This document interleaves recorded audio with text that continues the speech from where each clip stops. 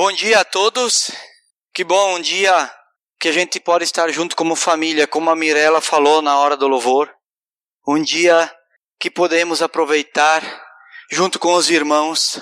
Um dia para louvar a Deus, para participarmos da ceia do Senhor e todas essas coisas junto como irmãos em Cristo. Esse tempo precioso que nós vamos ter aqui, eu quero aproveitar para compartilhar com vocês a palavra do semeador, a parábola do semeador, né? É a palavra de Deus, Jesus contando uma parábola, a parábola do semeador.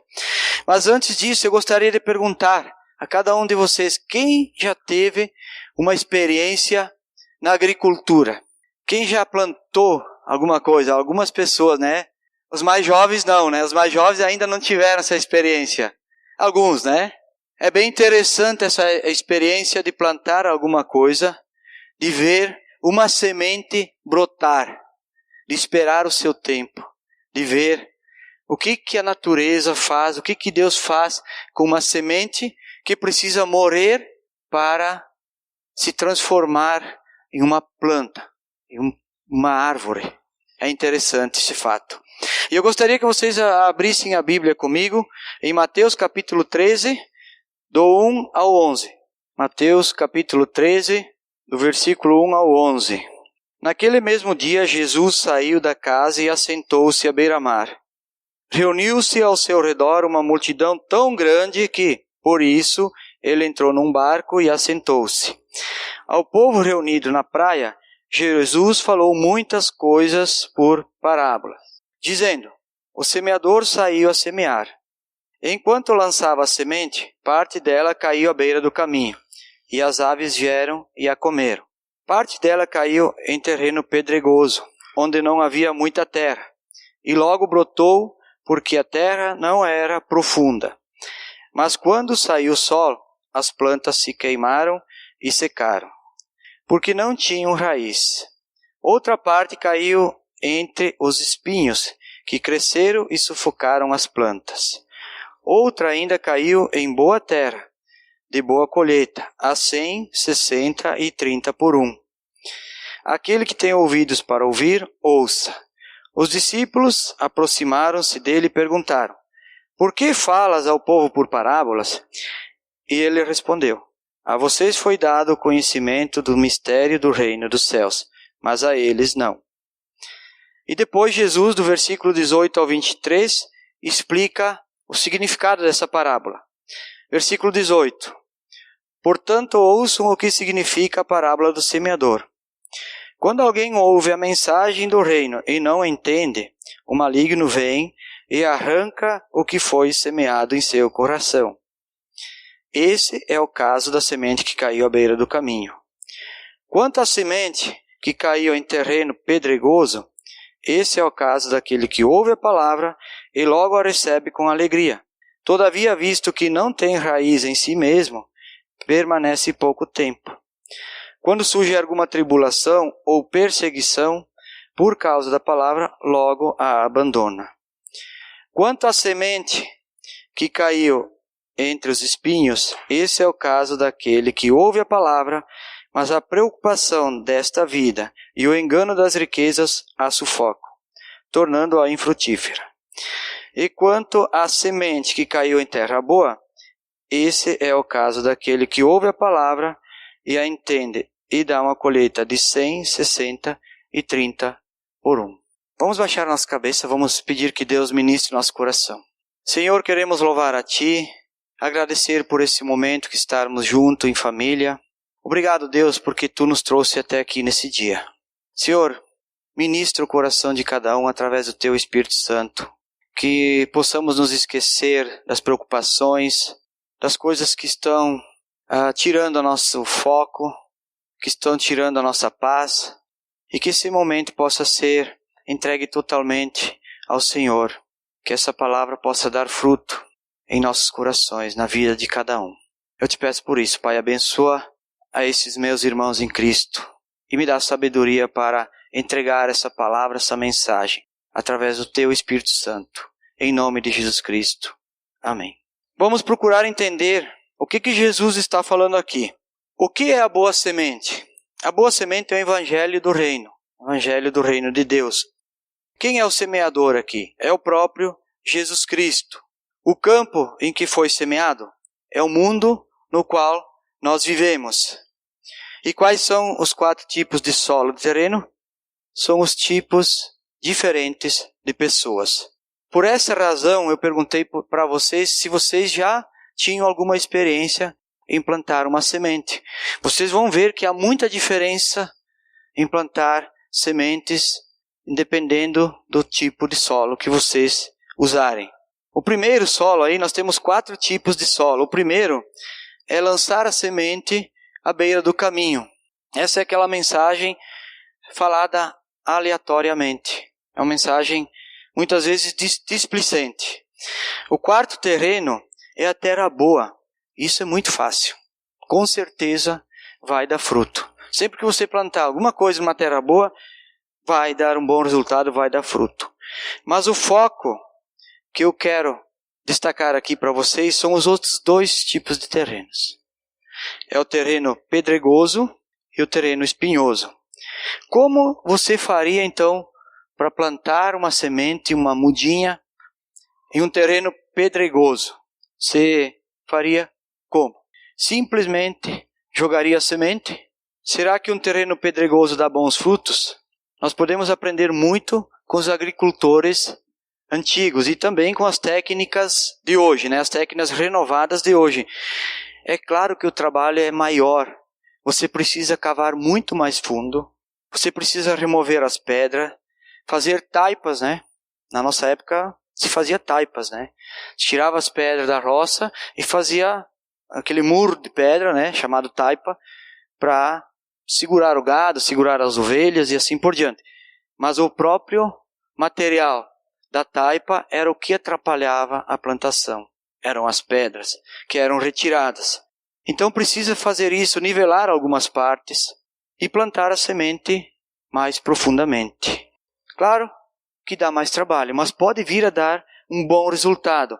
O exemplo que nós temos hoje em toda a nossa região são as vinhas, as videiras. Vou tentar mostrar umas fotos para vocês se o sol permitir. Aí está meio claro. Acho que não dá para ver muita coisa, Consegue enxergar aí? É a primeira, volta para a primeira, por favor. Tá difícil. Mas é um terreno pedregoso, bem ruim para ser trabalhado. Mas com certeza, depois de trabalhado, ele pode dar fruto. Vamos ver se passa aí.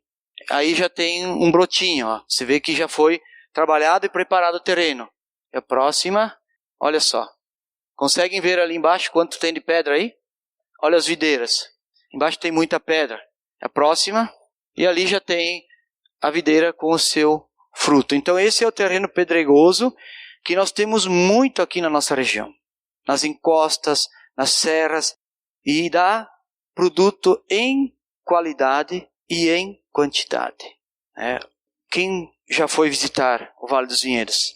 Muitos já foram, Então vocês percebem como tem coisa de qualidade e quantidade boa na nossa região. E claro que também esse terreno produz às vezes feijão, batatas, milho.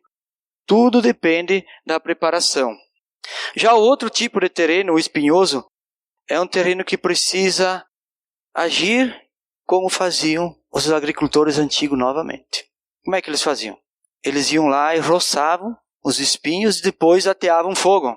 E aí, depois se plantava a semente mais profunda. Por que isso? Porque tem muitas raízes embaixo da terra. Então não tem como arar, como é que vai ficar arrancando as raízes. Mas a maneira mais simples de poder trabalhar nesse terreno espinhoso era simplesmente roçar e depois atear fogo. E aí, então, ali é um terreno espinhoso. Ó. Passa a próxima, por favor. Aí a queimada já foi queimado. E a próxima vem já uma florzinha aí que está nascendo e alguns frutos logo em seguida. Uma plantinha que vai ser plantada logo em seguida. Então, esse terreno era um terreno também trabalhoso, mas dava fruto. Tinha que fazer o que nesse terreno? Plantar e logo botar a enxada no ombro e ir lá capinar, porque senão os espinhos vinham, subiam e sufocavam ali os feijão, os pés de milho, tudo que você plantava, vinham os espinhos e acabavam sufocando. E aí se desse uma chuva, então aquilo, os espinhos cresciam de palmo, enquanto que a plantinha crescia em centímetros. Mas dava um bom resultado também esse trabalho, desde que fosse bem cuidado. Mas assim que brotava essas sementes, esse trabalho se tornava, às vezes, bem árduo para quem plantasse num terreno espinhoso, com brotações, com arbustos. Por quê? Porque os espinhos, eles atrapalham muito uma plantação. É diferente da pedra. A pedra, se você limpou, você organizou, você fez uma cova ali, tirou, ela não te incomoda mais. Mas os espinhos não. Eles continuam a crescer. E você vai ter que sempre trabalhar. Vai ter que sempre cuidar daquele solo. Nós temos então 2 tipos de terreno complicados. O terreno pedregoso e o terreno espinhoso. Mas se nós trouxer essa parábola então para os nossos dias hoje, para a nossa vida. O primeiro exemplo, que significa a semente jogada à beira do caminho, significa o evangelho lançado através da televisão, do rádio, da mídia, das revistas, panfletos, e muitas dessas sementes não chegam a brotar. O inimigo não permite que elas deem fruto. Muitos não ouvem, alguns não dão importância e outros não a entendem. Por isso que esse tipo de terreno não dá muito fruto, porque é uma semente jogada de uma forma displicente muitas vezes. O quarto exemplo, como eu citei antes, é uma terra boa, que significa aquelas pessoas que estão prontas para ouvir o evangelho, estão prontas para dar frutos. Elas estão com sede do evangelho. Basta você chegar lá e falar que elas vão receber, elas estão receptivas. Então essa é a terra boa. Mas o nosso terreno, que é o mais difícil, que é o terreno pedregoso, ele significa as pessoas ligadas à cultura, à religiosidade, aos costumes, os que têm um coração duro e que são resistentes à mudança. Esse é um terreno pedregoso. Já o terreno espinhoso são aquelas pessoas que estão cheias de problemas, de mágoas, de traumas, que não conseguem sair daquele sufoco, aquelas coisas ao seu redor que estão sufocando. Nós precisamos entender que a nossa região, por incrível que pareça, está cheio desse tipo de pessoas. Nós temos basicamente esses 2 tipos de terrenos. As pessoas que são difíceis, que têm um coração duro, que são pedregosas, e as pessoas que são espinhosas, que estão sendo sufocadas por todas as coisas da cultura e desse mundo. Nós precisamos dedicar mais, preparar melhor esse terreno. A palavra aqui é a atitude, oração, fazer amizades, demonstrar amor, dar bom testemunho e andar juntos. Isso é preparar o terreno. Ali mesmo em Mateus, onde nós estamos, no 13, versículo 15. Olha o que diz o versículo 15. Pois o coração desse povo se tornou insensível, de má vontade. Ouviram com seus ouvidos e fecharam os seus olhos. E se assim não fosse, poderiam ver com os olhos, ouvir com os ouvidos, entender com o coração e converter-se, e eu os curaria. O que está acontecendo com esse povo, com essa cultura nossa? Eles estão com o coração duro, não estão enxergando e não estão ouvindo. Então não tem como ouvir e aceitar o Evangelho de Cristo. Por quê? Porque não tem abertura, não tem como você chegar lá e lançar uma semente de qualquer forma. Tem que preparar muito bem esse terreno para depois conseguir então jogar a semente. Qual foi a estratégia de Jesus com os seus discípulos? Jesus andou junto com eles 3 anos e meio.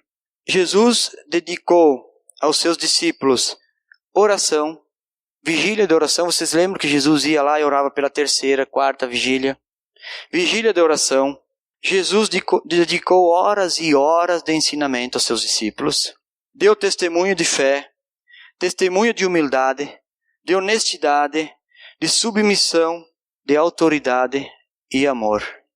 Então Jesus dedicou muito tempo aos seus discípulos, trabalhando com eles, Por que então Jesus fez isso? Será que os discípulos eram um terreno bom? O que vocês acham?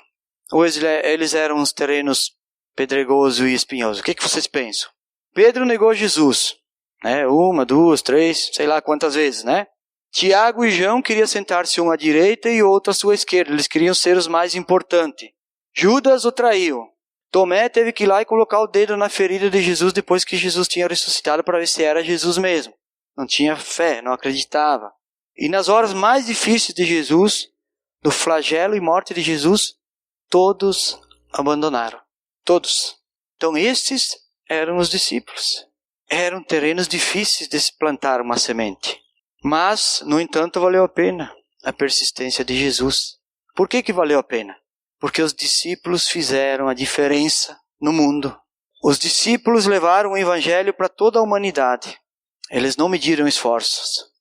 Passaram por muitas dificuldades, sacrifícios, prisões, surras, 19 chicotadas. Foram mortos na cruz, decapitados. Então foi complicado para os discípulos. Eles eram terrenos pedregosos e espinhosos, difíceis. Mas depois que nasceu a semente, depois que nasceu as árvores, elas não morreram mais. Elas deram bons frutos. Aliás, elas não pararam de dar frutos. E eu gostaria que você se fizesse essa pergunta a si mesmo. Que tipo de terreno você era antes de receber o evangelho de Jesus Cristo? Você era um terreno pedregoso, espinhoso, seco, árido? Que tipo de terreno você era? Pensa aí contigo mesmo. Mesmo assim, Deus enviou alguém que orou, gastou tempo, talvez dinheiro, alguém que investiu na sua vida para preparar o terreno e depois lançar a semente. Não foi assim? Aí eu gostaria que você fizesse mais uma pergunta para você mesmo. E agora, que tipo de terreno você é hoje? Que tipo de terreno eu sou hoje? Será que eu estou dando algum fruto? Abre comigo Provérbios 24, 30 e 31. Provérbios 24, versículos 30 e 31. Passei pelo campo do preguiçoso, pela vinha do homem sem juízo. Havia espinheiros por toda parte. O chão estava coberto de ervas daninhas, e os muros de pedra estavam em ruínas. Vocês já viram, Já viram terrenos abandonados?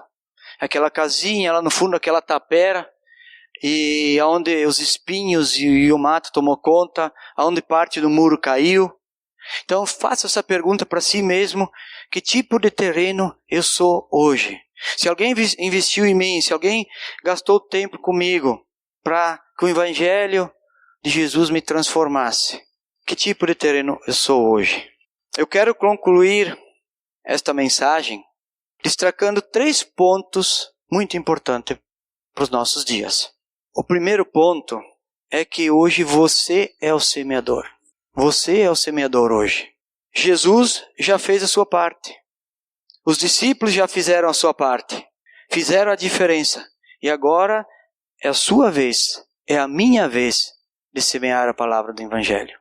Esse é o primeiro ponto que eu gostaria de destacar com vocês, que é um ponto muito forte, muito importante. Porque muitas vezes eu creio que a gente não acredita que nós temos esse papel de jogar a semente, de plantar a semente, de semear a semente.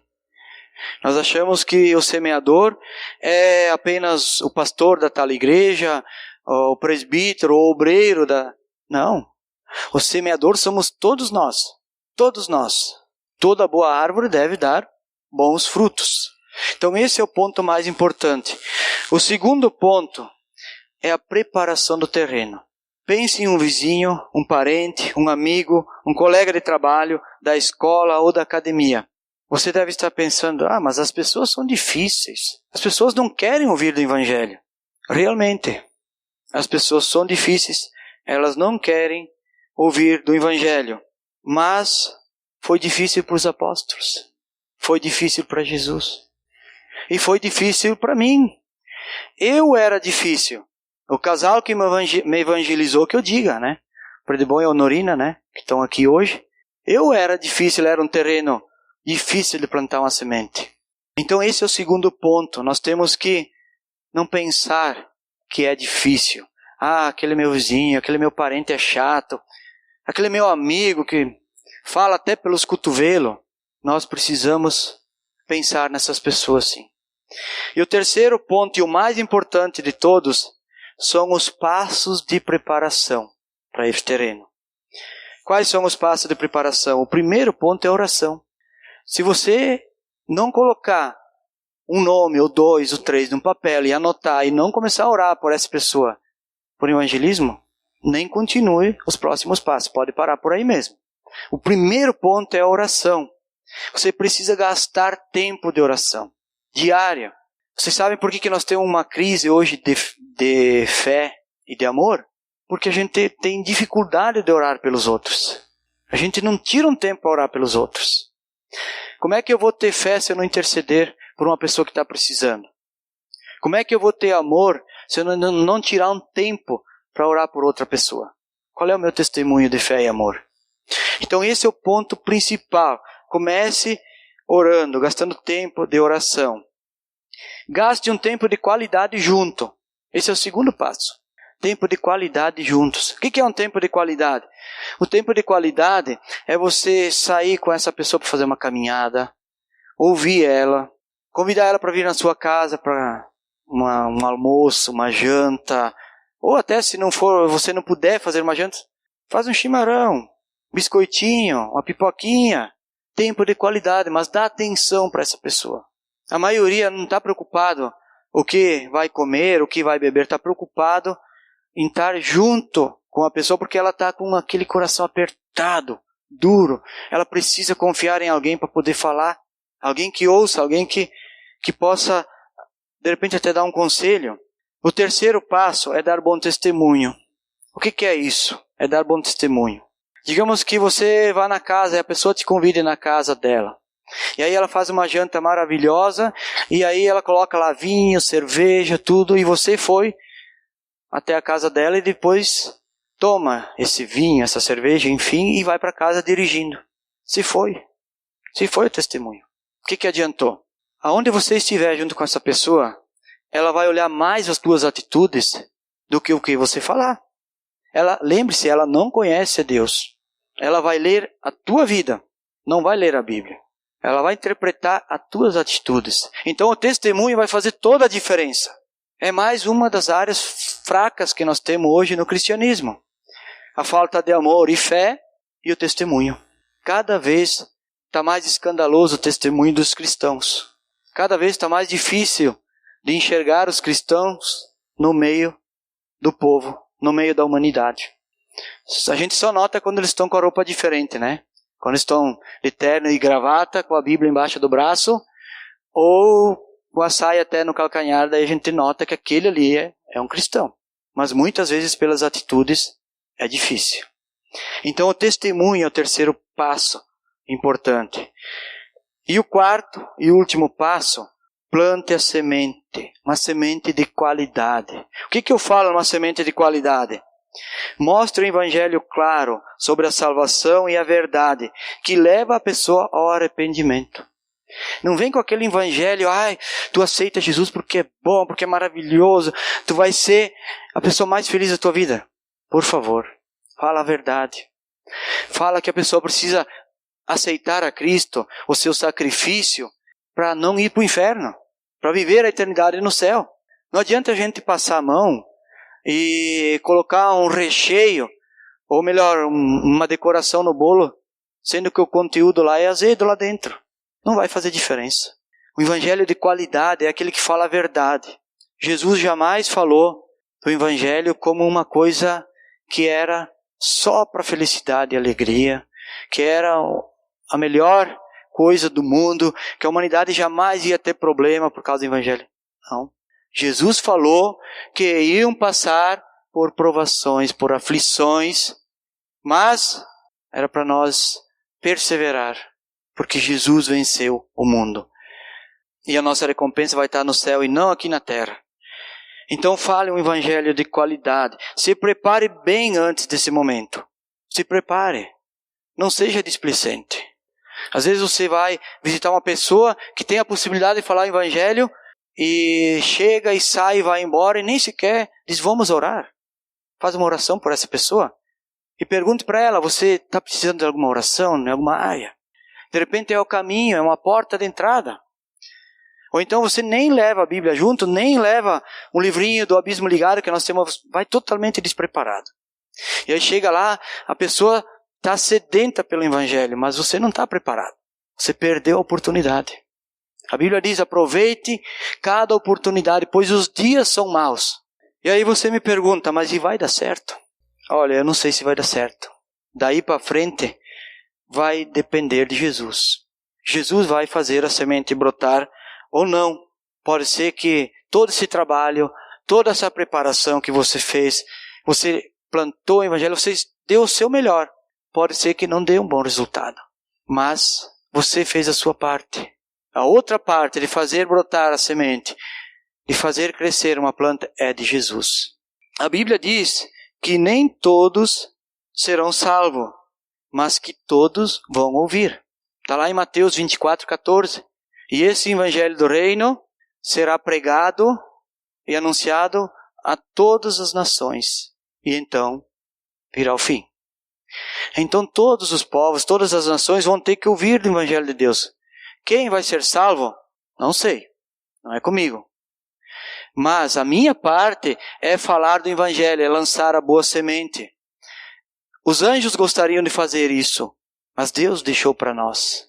É nossa honra, é a nossa alegria de fazer parte do reino de Deus.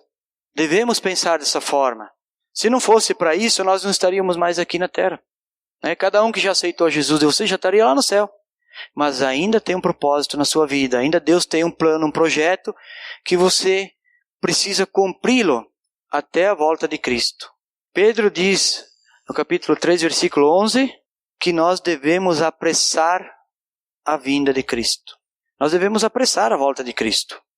Então, se nós não falarmos de Deus, se nós ficar sentado na frente da televisão, se nós ficar passeando todos os fins de semana no shopping, no Iguatimi, no Iguatimá e assim por diante, nós não vamos sobrar tempo para investir em pessoas, para trabalhar nessa obra.